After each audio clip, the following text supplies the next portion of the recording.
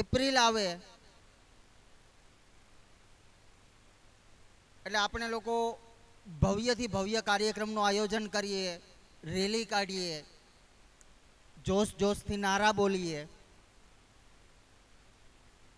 પણ ખરેખર બાબા સાહેબે જે રસ્તો ચીંધો છે એના ઉપર આપણે હાલીએ છીએ?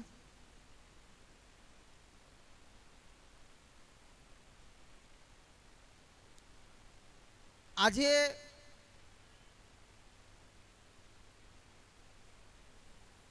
બાબા સાહેબે બનાવેલું સંવિધાન 26 જાન્યુઆરી 1950 રોજ અમલમાં આવ્યું હતું. એટલે આ બંધારણ અમલમાં આવ્યું એને 74 વર્ષ પૂરા થઈ ગયા છે અને 75મું વર્ષ ચાલુ છે. હજી એકાદી કલમ આડાવડી હોય એવું છે ખરું?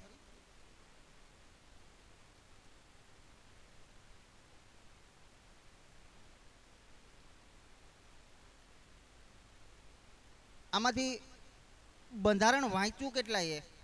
જરાક હાથ ઊંચો કરો તો. બંધારણ વાંચ્યું હોય?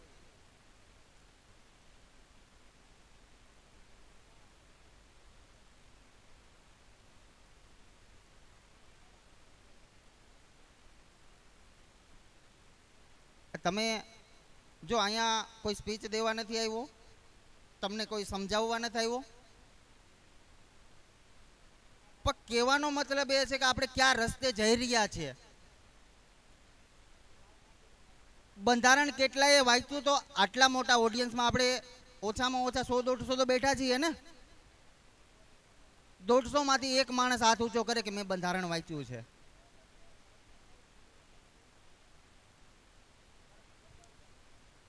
ખરેખર આપણે બંધારણ જ નથી વાંચ્યું તો આપણે સામાજિક એકતાની કઈ રીતે વાત કરશું? જે કહું છું એ બધા બાબા સાહેબના જ શબ્દો છો. આપણે સામાજિક એકતાની વાત કરીએ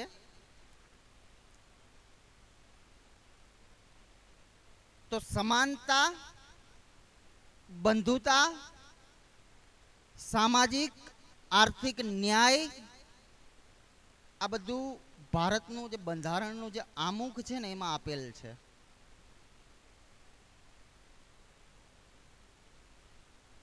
તો અમારે દેવાજભાઈ મગરા જો આમ પાછળ બેઠા છે ક્યાંક.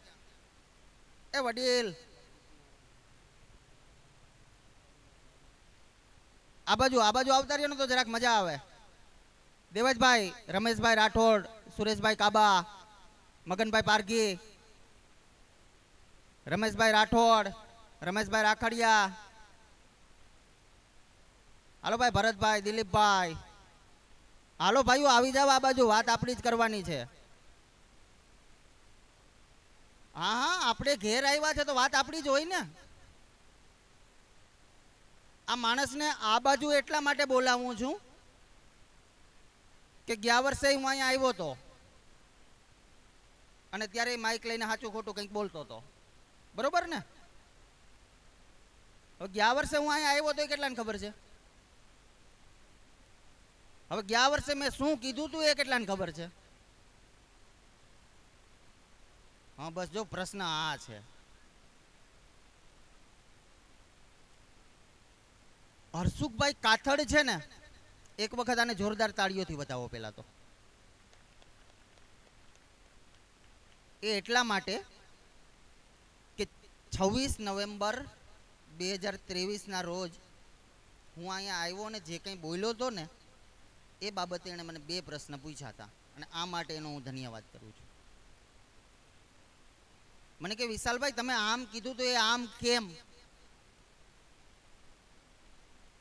છેલ્લા 15-20 વર્ષથી સ્ટેજ ઉપર સ્પીચ આપું છું. આ પહેલા માણસ એવા છે કે જેણે મને સાંભળ્યો છે. આ માટે કહું છું કે એકવાર એના માટે તાળીઓ પાડો. દેવાજભાઈ મગરાને અહીંયા બાજુમાં એટલા માટે બોલાવ્યા કે ગયા વર્ષે હું અહીંયા આવ્યો ત્યારે મેં તમને એક વાત કીધી હતી કે ડૉક્ટર બાબા સાહેબ આંબેડકરની જન્મ જયંતિની ઉજવણી માટે, એ સાંભળજો, આપણે બેરા છે એ વાંધો આ જ છે. પછી હમણાં ખીજાઈને કે એટલે કેવો કે એવડોક છે ને અમને ખીજા છે. ગયા વખતે અહીંયા આવ્યો ત્યારે એક રજૂઆત કરી હતી કે આંબેડકર જયંતિની ઉજવણીનું ફંડ તમારે ગ્રામ પંચાયત પાસેથી લેવાનું છે. આ જવાબદારી તમને સોંપું છું. આવતા વર્ષની જવાબદારી તમારી છે. ભાઈ આ વર્ષે લીધું છે કે નહીં? આ જવાબદારી તમે નિભાવી છે. ગયા વર્ષે માણાવદર તાલુકાના એક ટીડીઓએ લેખિતમાં આપ્યું હતું કે આ લોકોને આંબેડકર જયંતિની ઉજવણી માટેનું ફંડ આપવું. આ વર્ષે જુનાગઢ તાલુકા વિકાસ અધિકારી છે એણે પણ આદેશ કરી દીધો હતો અને આવતા વર્ષે એવી ઈચ્છા છે કે ડીડીઓ આદેશ કરવા જોઈએ, ટીડીઓ નહીં. હારું એક એક ને 10-10 ને ગોતવા જવા એના કરતાં મેન થર્ડ વેચવાય કે નહીં? હવે આંબેડકર જયંતિની ઉજવણી માટે ભાઈ ફંડ કેટલું આપ્યું છે? 5000 આપ્યા છે. તો 5000 સ્ટેજનો ખર્ચ નીકળવાનો છે. જો વાત કરું છું ને પૂરેપૂરી સાંભળજો. આ સ્ટેજનો ખર્ચ નીકળવાનો નહીં નીકળે ને. આજે 5000 લીધા છે ને તો આવતા વર્ષે 5 ના 7 કરશું ને આપણી બીજી ત્રીજી ચોથી પેઢી આવશે ને ત્યારે 5 ના 50 કરશું.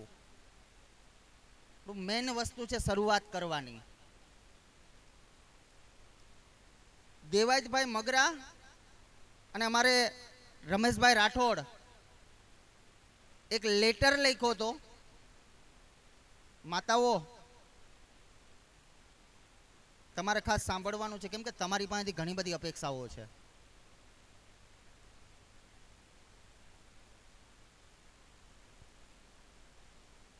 એક લેટર લખ્યો હતો પ્રતિશ્રી તલાટી ક્રમ મંત્રી ગ્રામ પંચાયત XYZ વિષય ડૉક્ટર બાબા સાહેબ આંબેડકરની જન્મ જયંતિની ઉજવણી માટે ફંડ આપવું.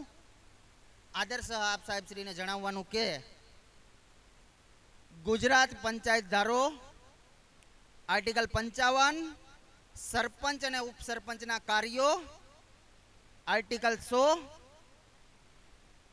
ગ્રામ પંચાયતનો અન્ય ખર્ચ આર્ટિકલ 116 અંદાજપત્રમાં આજે ફંડ જેનો સમાવેશ કરવો. આ બે જ આર્ટિકલ આ માણસે સમજ્યા અને આખા ગુજરાતની પબ્લિકને એને જવાબ આપ્યા છે. તો દિવસમાં 15 થી 20 ફોન એને એ આવેલા છે કે આંબેડકર જયંતિની ઉજવણી માટે ફંડ મેળવવાનું છે, અમે શું કરીએ? એના જવાબ આ રમેશભાઈ રાઠોડ અને દેવાજભાઈ મગરાએ આપેલા છે. માત્ર 2 આર્ટિકલથી આખા ગુજરાતના દલિતો માટે આંબેડકર જયંતિની ઉજવણી માટે જો ફંડ આપી શકાતું હોય પછી આ દેવાજભાઈ મગરા મને એવું કહે છે કે વિશાલભાઈ હવે ગુજરાત પંચાયત ધારો આખો વાંચવો છે. હવે પાડો આના માટે એક વખત જોરદાર તાળીઓ. અરે આપણે જય ભીમ કરીએ. અરે જય ભીમ નથી કરવાનું. પૂરેપૂરા જોશથી બોલો જય ભીમ. પણ જય ભીમ બોલતા બોલતા સંવિધાનનું એકાદું આર્ટિકલ વાંચી લ્યો અને આપણે જે કંઈ બોલીએ એ બધું જાહેર મંચ ઉપરથી જ કહીએ.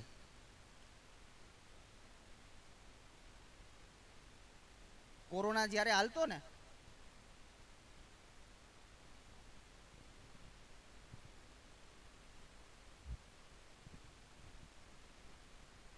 એટલે કોરોના હાલતો તો એમાંય એક મૂળભૂત અધિકારનો ઉપયોગ કર્યો હતો અને જુનાગઢ સિવિલ હોસ્પિટલના મેડિકલ સુપ્રિન્ટેન્ડન્ટ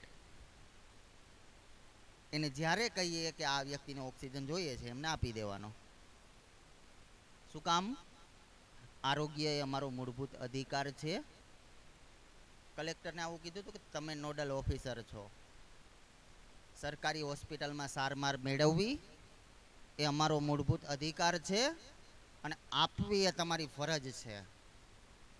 આ એક આર્ટિકલ વાંચવાથી આપણો એક અધિકાર છે ઓળખવાથી આખા સમાજના દર્દીઓ છે એને ઓક્સિજન આપી શકાતું હોય, એને રેમડેસિવિર આપી શકાતી હોય, એને બેડ મળી જતો હોય, તો આડું વાંચવું જોઈએ કે ન વાંચવું જોઈએ? કે ખાલી જય ભીમના નારા જ લગાવવાના? કરવાનું શું?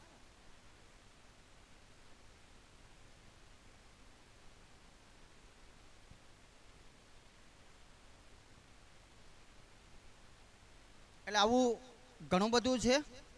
અને બીજી વસ્તુ એ, ચલો સાંભળો, આ તમારા કામનું જ છે, અહીંયા અમારા માટે આવ્યા જ નથી.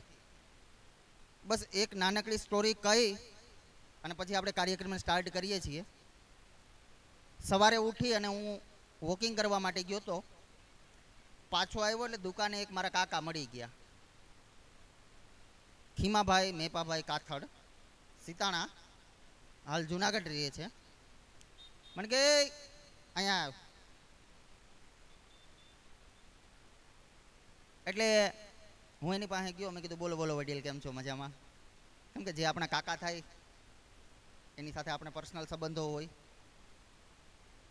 મને કે આજ શનિવાર છે, તું ઉના છે, અહીંયા શું છે? એટલે મેં કીધું અહીંયા બામણાસા અને દડવા બે જગ્યાએ બાબા સાહેબ આંબેડકરની જન્મજયંતિની ઉજવણી છે અને આપણે ત્યાં જવાનું છે. તો મને કે હવે તો આંદોલન કરવાનું બંધ કર. એટલે મેં કીધું તમે નથી કર્યા ને એટલે અમારે કરવા પડે છે. સારું, શરૂઆત તમે કરી દીધી હોત ને તો અમે ભણતા હોત વ્યવસ્થિત. વાત સાચી છે ખોટી? વાત સાચી છે ખોટી છે? સારું, આપણા વડીલો છે એને આ આંદોલન સ્ટાર્ટ કરી દીધા હોત તો આ મુવમેન્ટ આજે ક્યાંની ક્યાં પહોંચી ગઈ હોત. તમે સ્ટાર્ટ નથી કર્યું ને ઘેર બેઠા રહ્યા હતા ને એટલે વિશાલ એમાંથી ઉનાથી અહીંયા આવવું પડે છે. અને પછી હવે બીજી જવાબદારી તમને સોંપું છું કે વિશાલ તમને રમાડીને વયો જાય. ખાસ સાંભળજો, જેટલા સાંભળે છે એ. વિશાલે જે કીધું છે કદાચ એમાં મોડું થાહે, પણ કહીને જઈશ ને એટલે એ થાહે. એટલે જો ન થાય, વિશાલ તમને ખાલી સમજાવવા જ માંડે તો વિશાલ પાછો અહીંયા આવે ને ત્યારે વિશાલને કહી દેવાનું કે ઘેર રહે, આ જવાબદારી તમારી છે. બરોબર છે ને? વિશાલ અહીંથી તમને સાચું ખોટું સમજાવે તો એ તમારે સાંભળવાનું નથી. વિશાલ ફેસબુકમાં કોઈ પોસ્ટ મૂકી દે એટલે આંધળું એને અનુસરણ નથી કરવાનું. પેલા સમજવાનું છે કે આમાં વિશાલનો શું ફાયદો, આમાં દેવાજભાઈ મગરાનો શું ફાયદો, આમાં રમેશભાઈ રાઠોડનો શું ફાયદો. પેલા આ તર્ક કરવાનો, પછી તમને યોગ્ય લાગે કે ના ના આમાં આનો ફાયદો નથી, આમાં સમાજનો ફાયદો છે, તો એને સાથ આપવાનો. નહીંતર કહેવાનું કે વાંધો નહીં, તમે તારે તમારું ગાડું હાકો, અમે તમારા સહભાગી નથી. કરશો કે નહીં કરો?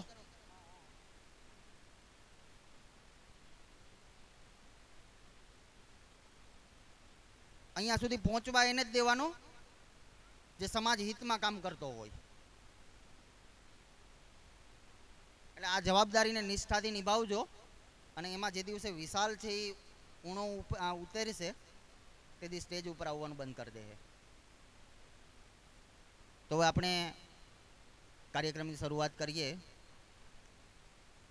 એટલે શૈલેષભાઈ રાઠોડ કઈ બાજુ છે?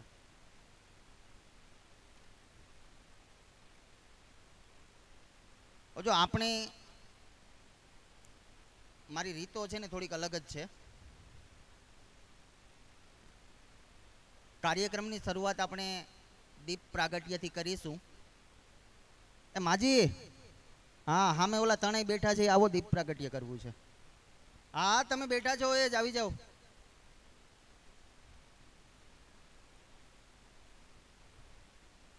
અરે છ એ આવતા રહ્યો, ત્રણ નહીં, હાલો.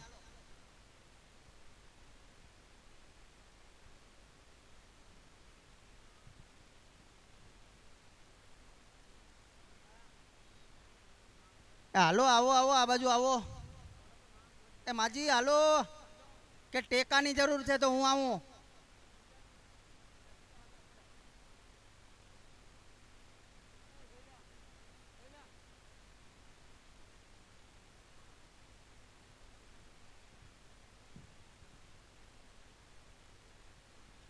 અરે અહીંયા આવવાનું છે, ન્યા નહીં. આ બાબા સાહેબનો ફોટાની સામે દીપ પ્રાગટ્ય કરવાનું. જય જય જય જય જય ભીમ. એ અવાજ થોડોક વધારે કાઢો. અરે જોશ से बोलो, अरे दिल से बोलो, अरे हेत से बोलो.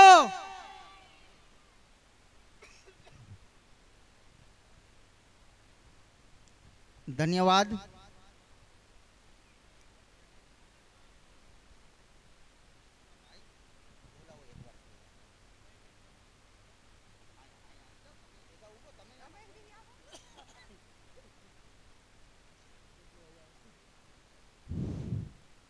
हेलो जोर थी बोल जो. जय भीम, जय भीम.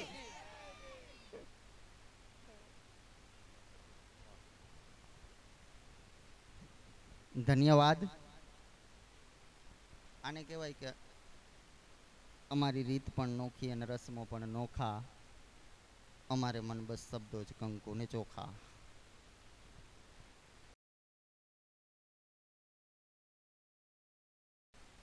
ગયા વર્ષે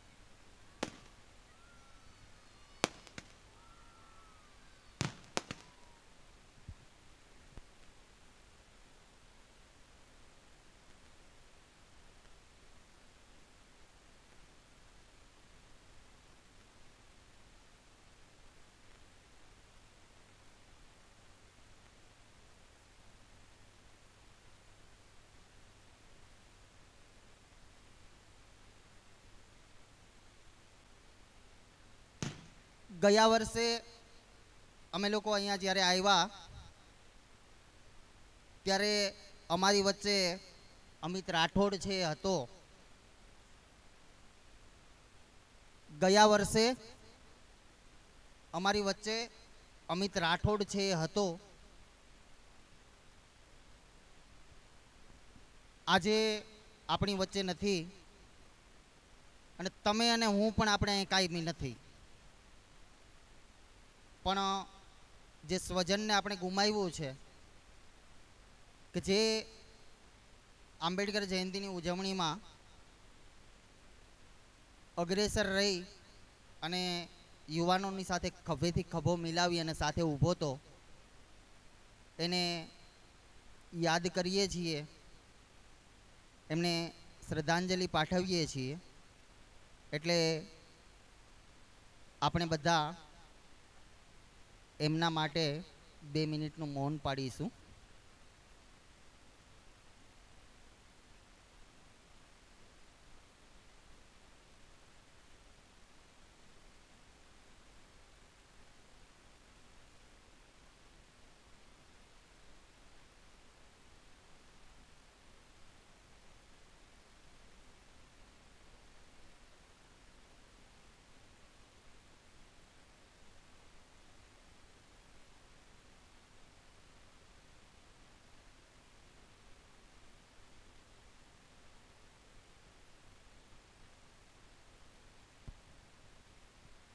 સાધુ સાધુ સાધુ.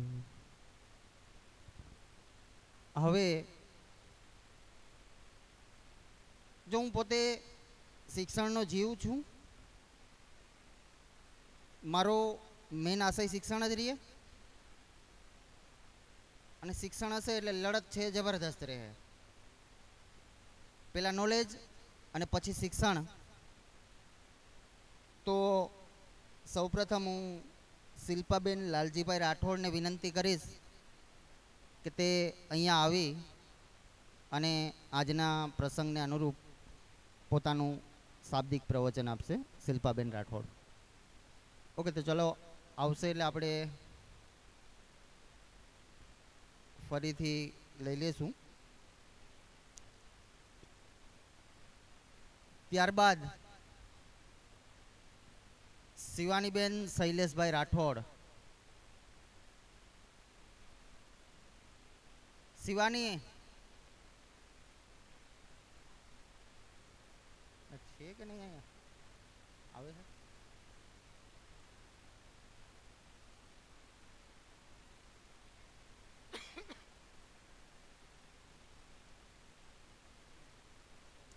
ચલો ત્યારબાદ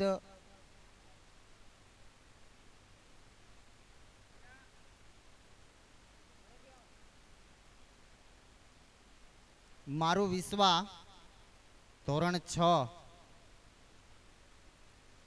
છઠ્ઠા વાળા જ્યારે સ્ટેજ ઉપર આવે ત્યારે મને થોડીક વધારે મજા આવે છે. હું જ્યારે છઠ્ઠું ભણતો હતો ત્યારે આપણે શરૂઆત કરી હતી.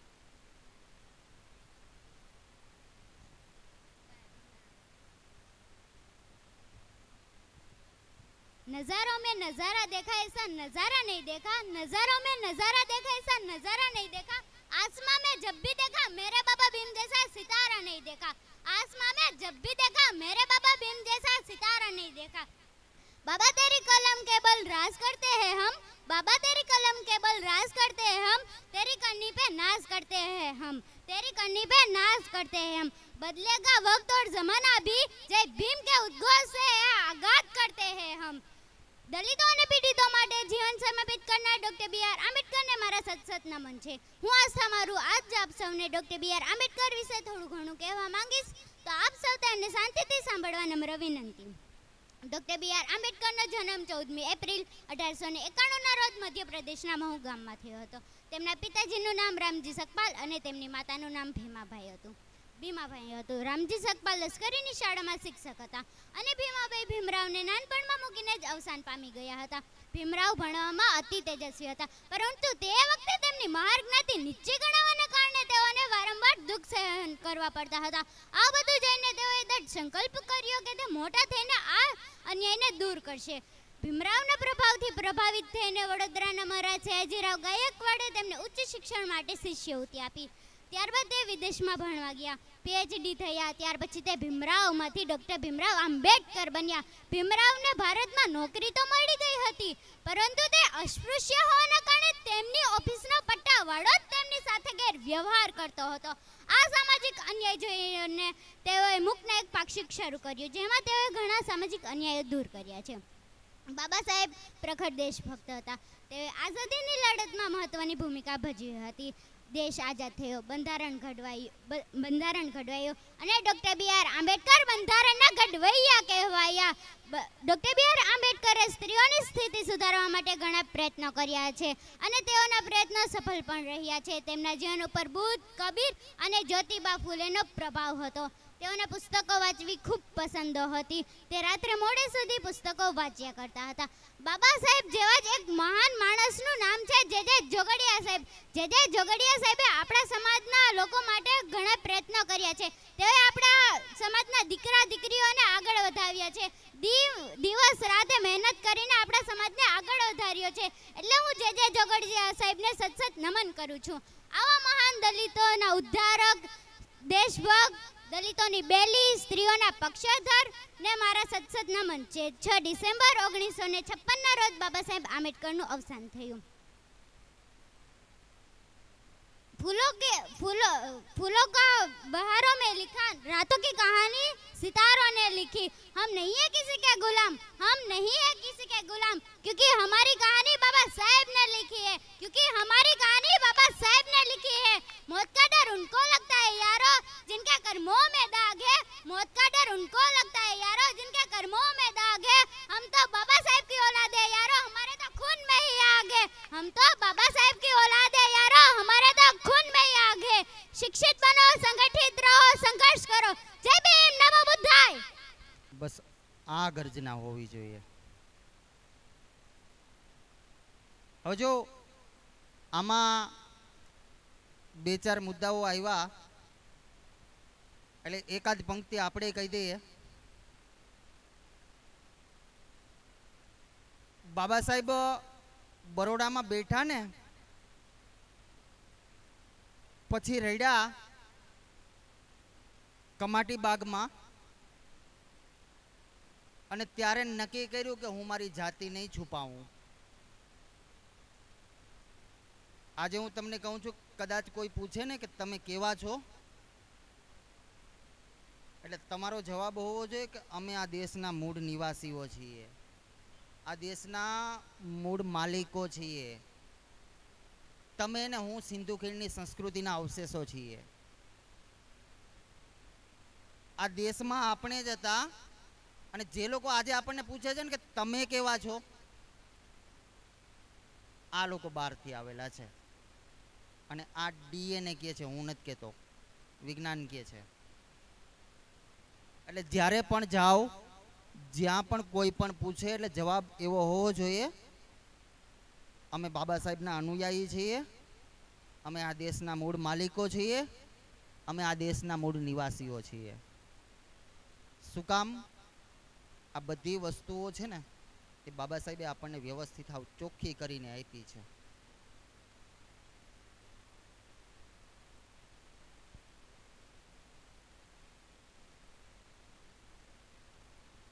ત્યારબાદ આસ્થા આવી. મારી આસ્થામાં ઉણપ આવે છે. रुतबा मेरे सर को तेरे संविधान से मिला है, ये सम्मान भी मुझे तेरे संविधान से मिला है.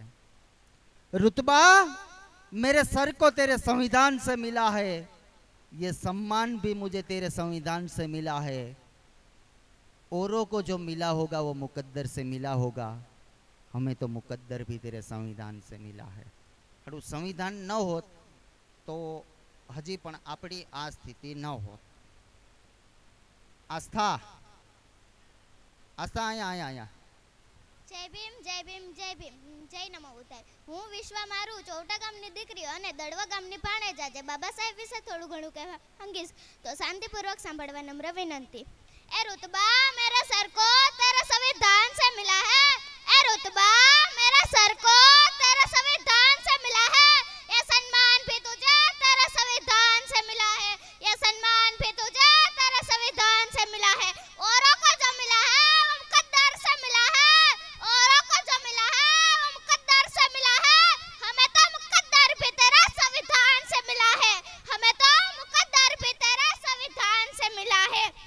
ना जिंदगी की खुशी ना मौत का गम, ना जिंदगी की खुशी ना मौत का गम, जब तक है दम जय भीम बोलेंगे हम, जब तक है दम जय भीम बोलेंगे हम. पैदा ना होता वो मसीहा तो खुशियों का सिलसिला ना होता, पैदा ना होता वो मसीहा तो खुशियों का सिलसिला ना होता. बेरंग रहती है जमीन, बेरंग रहती है जमीन, कि आसमान का रंग नीला नहीं होता, कि आसमान का रंग नीला नहीं होता. भारत तो कब का कंगाल हो जाता मेरे यारो, भारत तो कब का कंगाल हो जाता मेरे यारो, कि हमें बाबा भीम जैसा हीरा ना मिला होता, कि हमें बाबा भीम जैसा हीरा ना मिला होता. नींद अपनी खोकर जगाया हमको, आंसू अपने गिराकर हंसाया हमको, नींद अपनी खोकर जगाया हमको, आंसू अपने गिराकर हंसाया हमको. कभी मत भूलना उस महामानव को, कभी मत भूलना उस महामानव को, जमाना कहता है बाबा साहेब जी को, जमाना कहता है बाबा साहेब जी को.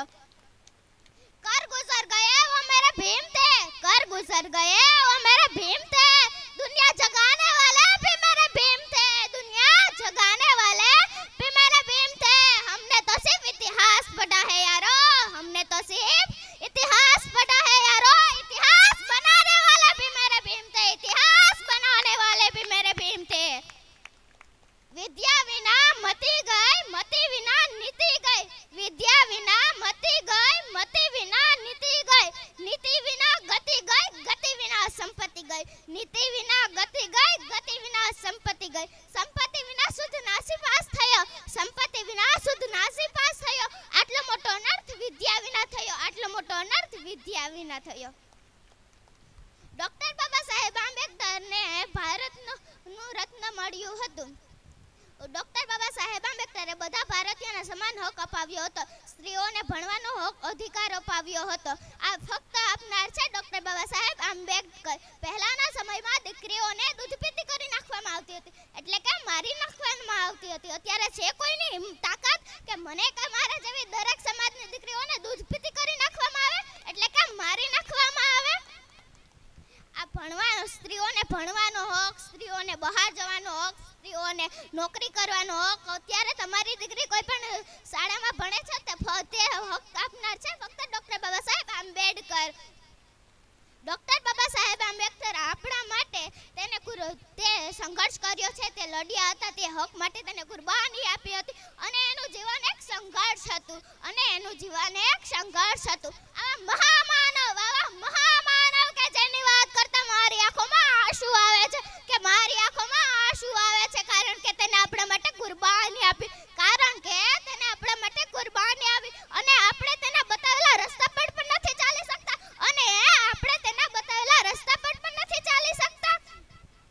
ચાલી શકતા આ કાયદાથી લડવાનું કહ્યું છે પણ આપણે તો કાયદો જ નથી જાણતા.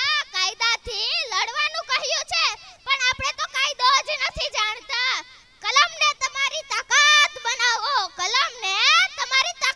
બનાવો, કોઈની તાકાત નથી કે આ સંવિધાન લખી શકે કે સંવિધાન બદલી શકે.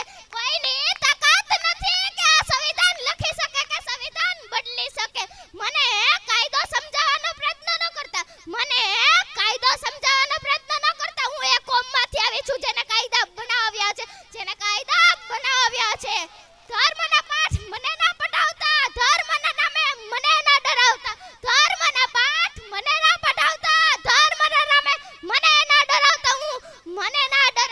હું ભીમને ઓળખું છું ને માનવતામાં માનું છું. સ્વાભિમાન સાથે જીવીશ નહીંતર મોતને બી મીઠું કરીશ. બાબા સાહેબે કહ્યું છે મને, બાબા સાહેબની વાતમાં માનું છું. જય ભીમ, જય ભીમ, જય ભીમ, જય નમો. ઊભી રહે બેટા, ઊભી રહે. અહીંયા આ બાજુ.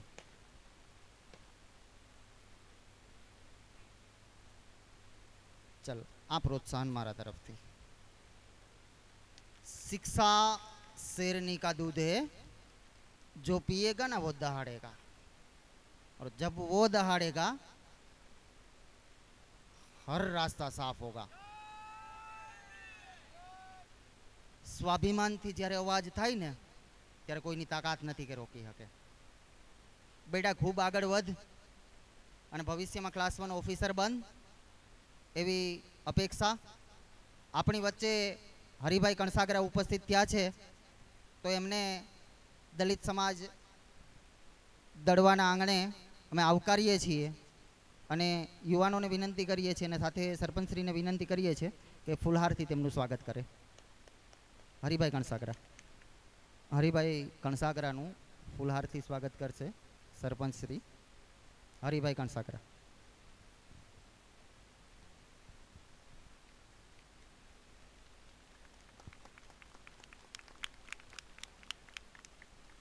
ધન્યવાદ. રાઠોડ સુરેશ અને 5 મિત્રો હરિભાઈ કણસાગરાનું સ્વાગત કરશે ફૂલહારથી. ચલો યુવાનો, चट्टान से टकराए उसे तूफान कहते और जो तूफानों से टकराए उसे युवान कहते हैं. અને યુવાન હાઈલો આવતો એટલે છાતી કાઢીને આવવો જોઈએ.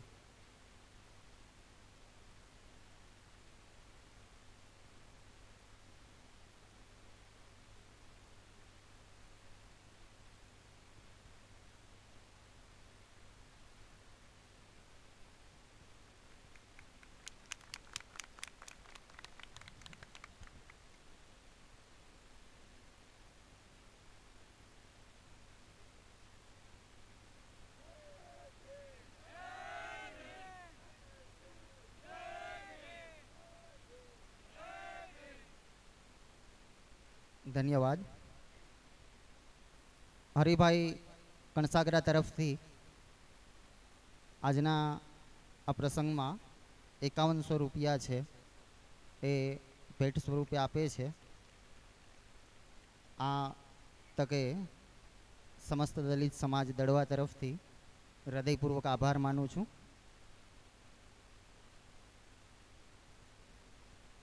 હરિભાઈ કણસાગરા પોતાના વ્યસ્ત શેડ્યુલમાંથી ટાઈમ કાઢી અને અહીંયા ઉપસ્થિત થયા છે એ બદલ અમે એમનો આભાર માનીએ છીએ સમસ્ત દલિત સમાજ દડવા વતી. સાહેબ આપનો આભાર કે આપ અહીંયા અમૂલ્ય સમય કાઢીને ઉપસ્થિત રહ્યા પરસોત્તમભાઈ પાલાભાઈ રાઠોડ કે જે હાલ પરસોત્તમભાઈ પાલાભાઈ રાઠોડ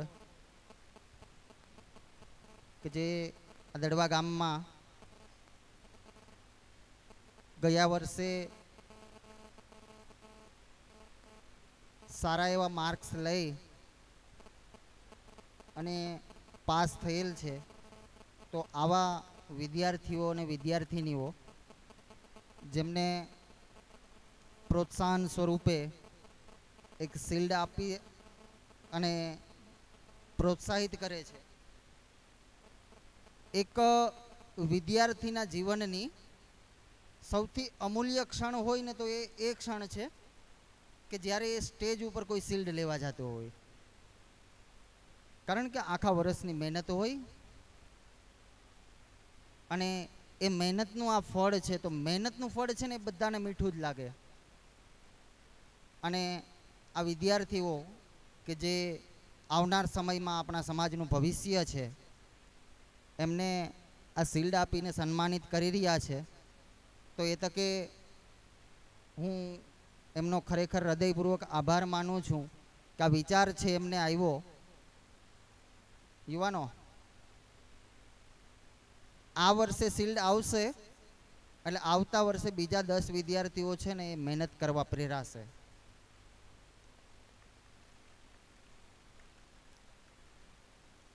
તો સૌપ્રથમ રાઠોડ ખુશીબેન અજયભાઈ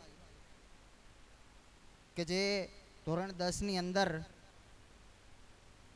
95.45 PR લઈને આવી છે.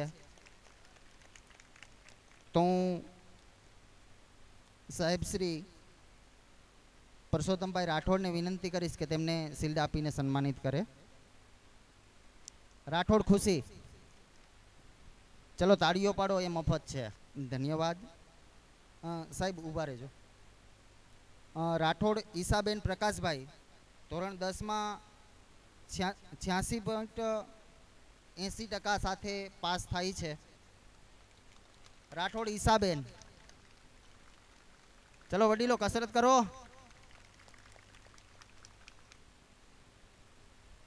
ધન્યવાદ. ત્યારબાદ રાઠોડ શિલ્પાબેન લાલજીભાઈ 87.46 PR ધોરણ 10 ની અંદર.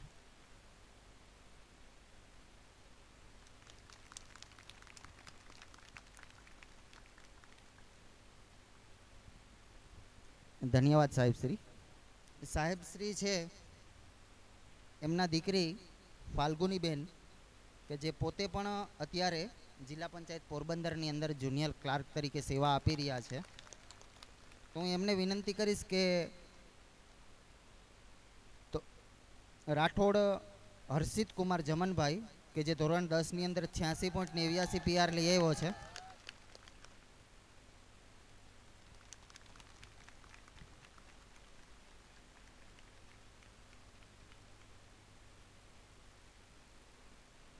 ઉપજો બેન.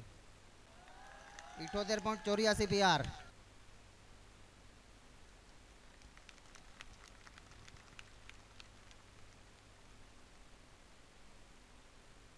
ધન્યવાદ. ત્યારબાદ રાઠોડ ઋત્વાબેન નંદલાલ ધોરણ 12 ની અંદર 81.99 PR.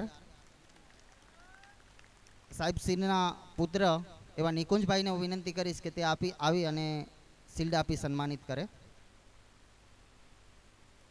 જે પોતે પણ અત્યારે કલ્યાણપુરની અંદર ઇલેક્ટ્રિક આસિસ્ટન્ટ તરીકે સેવા આપી રહ્યા છે.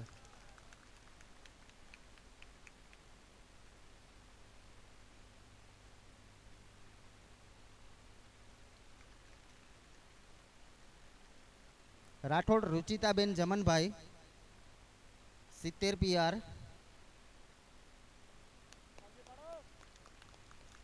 ચલો છેલ્લે બાલ્કનીમાં કસરત કરો.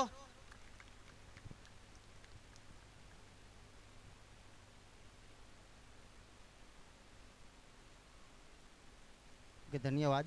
ત્યારબાદ એક શિલ્ડ વધ્યું છે અમારે આસ્થા અને વિશ્વા. બેટા આવી જાઓ અને ભવિષ્યમાં ગોલ્ડ મેડલ લઈ આવવાનો આવા.